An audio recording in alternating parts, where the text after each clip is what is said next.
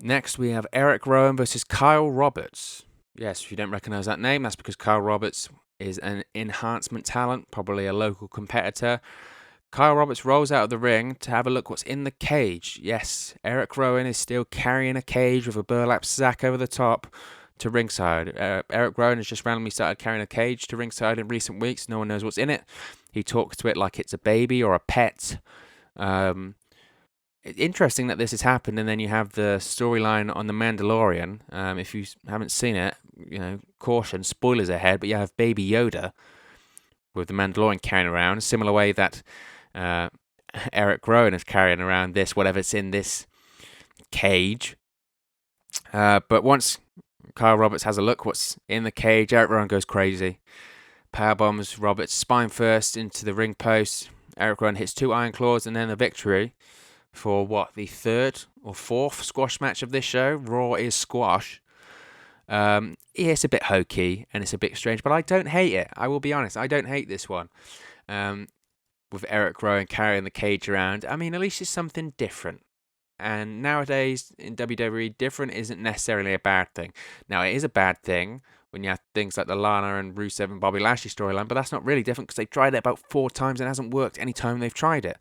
But what is in the cage? I mean, let's try and think this one through. Come on, let's all of us together. Let's try and break this one down. Could it be Luke Harper's signed release from the WWE? I mean, Rowan has said it's getting bigger and bigger every day. I mean, the amount of time that WWE has added on for injuries to Luke Harper's contract, maybe it is getting bigger and longer every day. I mean, what else could it be? Maybe it's Seth Rollins' phone. Maybe Erick Rowan is keeping it away from him, so Rollins can't tweet nonsensical tweets about his bank account and CM Punk returning to face him. I mean, CM Punk said to Seth Rollins to stay off Twitter. He has to stay off Twitter if it's in Erick Rowan's cage. Maybe it's the guy in the dog suit from SmackDown a few weeks ago. I mean, that whole segment deserved to be put in a cage with the key thrown away forever. But, all jokes aside, realistically, what is in the cage? I mean, I'm going to go for Erick Rowan's former sheep mask he used to wear as a member of the Wyatt family. I mean, that was his trademark when he was under the guidance of Bray Wyatt. He's had several versions and incarnations of that mask, so I suppose it would make sense if he had some form of connection or fascination with it, and that he looks after it like a pet, maybe. I mean, okay, I hear what you're saying. I'm reaching here. I'm trying to make sense of something where there is none, I know. But it's fun to try and guess, isn't it?